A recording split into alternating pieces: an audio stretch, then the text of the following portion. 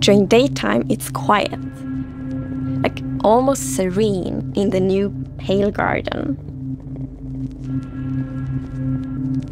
While you might feel calm walking around in this forest, there's also an eerie mood.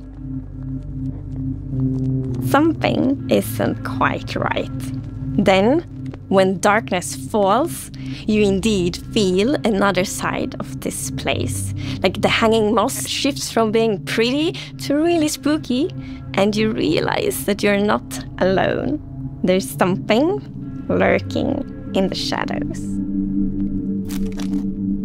So everything about this biome feels unfamiliar, and this is by design.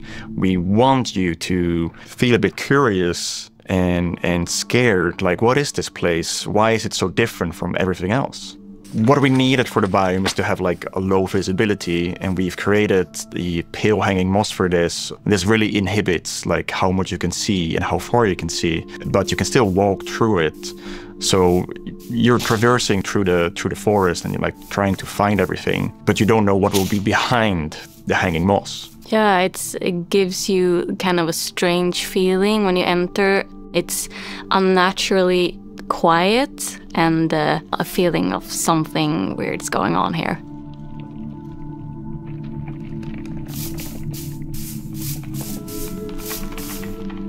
I really like the ambiance of the new biome. It invokes really those eerie and spooky feelings. Yes, eerie indeed. And turns out there actually is something lurking in the shadows. The creaking. It's our first tree-like creature, and it's almost like it's camouflaging in the pale garden. And when it's dark at night, it's kind of hard to see it except those like elusive eyes. Yeah, and it also interacts with those trees, which is super fun. Yeah, there's a special new block that it has a connection to. When you approach the creaking, you can actually realize that it doesn't take any damage, and when you try to hit it, it points you somewhere in the canopies. That's where basically the creaking heart is, and that's what controls the mob.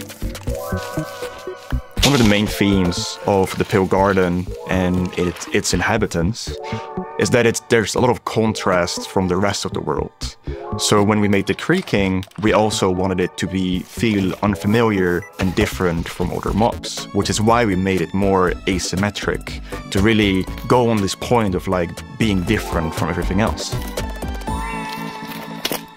The creaking doesn't exist on its own. It's more of like a puppet of the new block, the creaking heart. So the creaking heart and its creaking puppet really comes with a new combat challenge or combat mechanic, both in the way that you need to destroy the heart block to actually kill the creaking, and also, of course, that the creaking only moves when you look away. So don't blink. I really like the sandboxiness of the creaking heart. So if I use Silk Touch, you obtain it, and then you can place it anywhere you want in the Minecraft world. So if you want to be as evil as the creaking heart itself, you can place it and make your friends really terrified. To embrace the quietness of Minecraft, we added ambient sounds for this biome that only plays during the night, that comes from the blocks that surrounds you, that will make an even more creepier experience for the player. And to do that, you need to play with the silence and the contrast of the silence and the sounds. So to make creaking, I gathered a lot of creaky stuff that will make creaky sounds. Obviously, the biggest thing would be to gather wood and twigs and stuff like that, dead leaves, to get rustling and creaking. But I also recorded salty sticks, the Swedish snack. I think it's Swedish. And one of the biggest part, actually, of the sound is my table creaking, dragging against the floor, and also a chair. I also recorded teeth. It sounds a bit like bones, maybe, when the mob is walking. So it's. What do you mean by teeth? Oh, okay. So we wanted to make the biome very gray to give this very eerie feeling, right? And with these gray tones, a very fitting new wood set was going to be a white colored wood set. And this is something that players have wanted for a long time.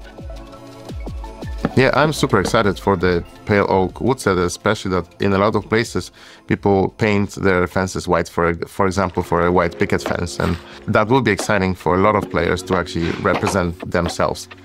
And then we also have like the hanging moss, and you can bone wheel it, so it's renewable. And so I think like just bringing it as well and maybe put it in a greenhouse and things hang from the roof, or like a wild garden, something like that will be really fun to build with it, I think. Yeah, and it's also a really unique carpet moss because it also spreads all over the sides of the blocks. And that also looks really great. We look for a lot of inspiration, so we've looked at all these kind of different forests all over the world.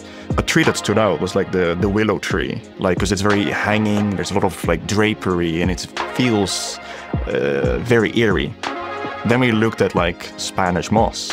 This was like the inspiration for the pale hanging moss that we've used in the biome eventually, because this gives this like drapey feeling without being willow trees, and it was a little bit more versatile and flexible to use in the biome, and could also be used as like building blocks.